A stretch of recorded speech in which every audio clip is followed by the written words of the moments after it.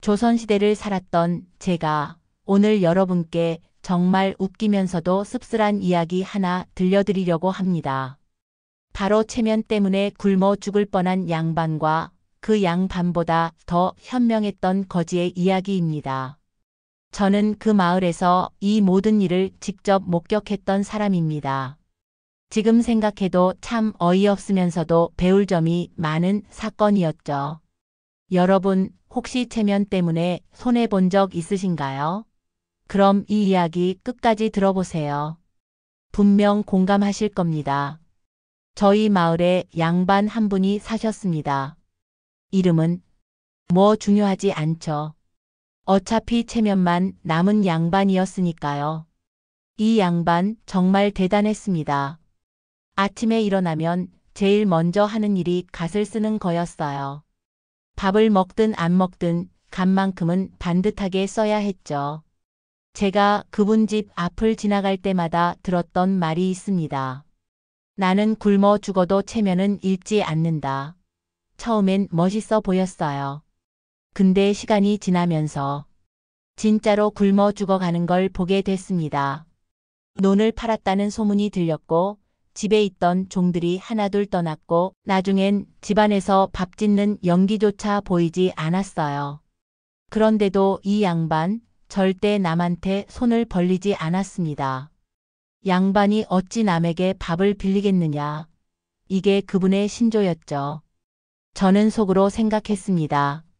저러다 진짜 굶어 죽는 거 아닌가? 그런데 어느 날 정말 재미있는 일이 벌어졌습니다. 한 거지가 그 양반 집 문을 두드렸어요. 저는 마침 그 근처를 지나가다가 이 장면을 다 봤습니다. 거지가 말했습니다. 대감마님, 혹시 따뜻한 밥 한 술만 주시겠습니까? 양반은 코웃음을 쳤죠. 이런 거지 같은 놈. 나는 양반이라 밥을 빌리지도 주지도 않는다. 저는 그 말을 듣고 어이가 없었습니다. 자기도 굶고 있으면서 무슨 소리야? 그런데 그 거지 정말 똑똑한 사람이었어요. 잠시 양반을 바라보더니 빙긋 웃으며 말했습니다. 허면 마님, 밥 한 술 대신 체면 한 숟갈만 주이소. 저는 그 순간 웃음을 참느라 힘들었습니다. 체면 한 숟갈이라니 이게 무슨 천재적인 발상인가요? 양반은 당연히 화를 냈죠. 체면 한 숟갈이라니 그게 뭔 소리냐? 거지는 천천히 그러나 확실하게 대답했습니다. 굶은 배에는 밥이 들어가야 살고 굶은 체면엔 밥이 들어가면 된다. 이 말씀입지요. 저는 그 말을 듣는 순간 소름이 돋았습니다. 거지 주제의 양반보다 훨씬 현명한 거예요. 양반은 얼굴이 새빨개져서 거지를 쫓아냈습니다. 하지만 저는 알 수 있었죠. 그 말이 양반의 가슴에 비수처럼 꽂혔다는 걸요. 그날 저녁 정말 재미있는 장면을 목격했습니다. 양반은 집 안에서 하루 종일 아무것도 먹지 않고 앉아 있었어요. 체면을 지키느라요. 그런데 그 거지는 어떻게 했을까요?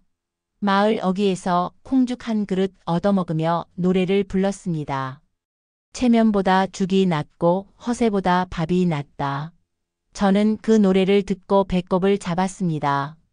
완전히 양반을 놀리는 거잖아요. 양반 집에서는 불빛이 새벽까지 꺼지지 않았습니다. 아마 그 노래 소리에 잠을 못 잤을 겁니다. 며칠이 더 지났습니다. 저는 매일 그 집 앞을 지나다니며 상황을 지켜봤어요. 양반의 얼굴은 점점 핏기가 사라졌고 걸음걸이도 비틀거렸습니다. 그런데도 여전히 갓은 반듯하게 쓰고 있더라고요. 저는 안타까웠습니다. 누가 좀 도와주면 안 되나? 하지만 아무도 나서지 않았습니다. 왜냐고요? 그 양반이 평생 체면을 이유로 남에게 도움을 준 적이 없었거든요. 베풀지 않은 사람에게 누가 베풀어 주겠습니까? 그리고 드디어 그날이 왔습니다. 양반이 길 한가운데서 쓰러진 겁니다. 저도 달려갔죠. 사람들이 모여들었지만 모두 그냥 구경만 했습니다. 양반은 정신을 잃기 직전 중얼거렸습니다. 내 체면은 지켰으나 배는 지키지 못했구나. 그때 그 거지가 나타났습니다. 사람들을 해치고 양반 앞에 섰죠. 그리고 조용히 말했습니다. 마님, 체면은 참 고귀하오. 헌데 굶은 배엔 아무 체면도 남지 않지요. 양반은 눈을 감으며 마지막으로 말했습니다. 허면 이제 내 체면 좀 나눠 먹게나. 거지는 조용히 웃으며 대답했습니다. 마님, 이제야 진짜 사람 되셨소. 저는 그 장면을 보면서 깨달았습니다. 진짜 양반은 갓을 쓴 사람이 아니라 사람다운 마음을 가진 사람이라는 걸요. 그 후 마을 사람들은 이 이야기를 계속 전했습니다. 조선의 체면은 거지의 밥보다 가벼웠다고요. 양반은 결국 이름도 남기지 못했습니다. 하지만 그 거지의 말 한마디는 지금까지도 제 귀에 생생합니다. 체면이 밥 먹여주나? 여러분, 이 이야기가 옛날 이야기라고 생각하시나요? 천만에요.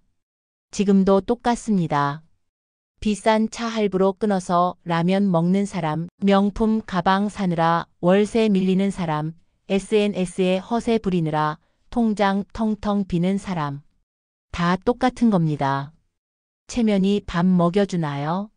허세가 배를 채워주나요? 저는 그때 그 거지에게서 진짜 지혜를 배웠습니다. 밥보다 체면이 먼저인 사람은 결국 밥도 잃고 체면도 잃는다는 걸요. 여러분, 오늘 하루만이라도 생각해 보세요.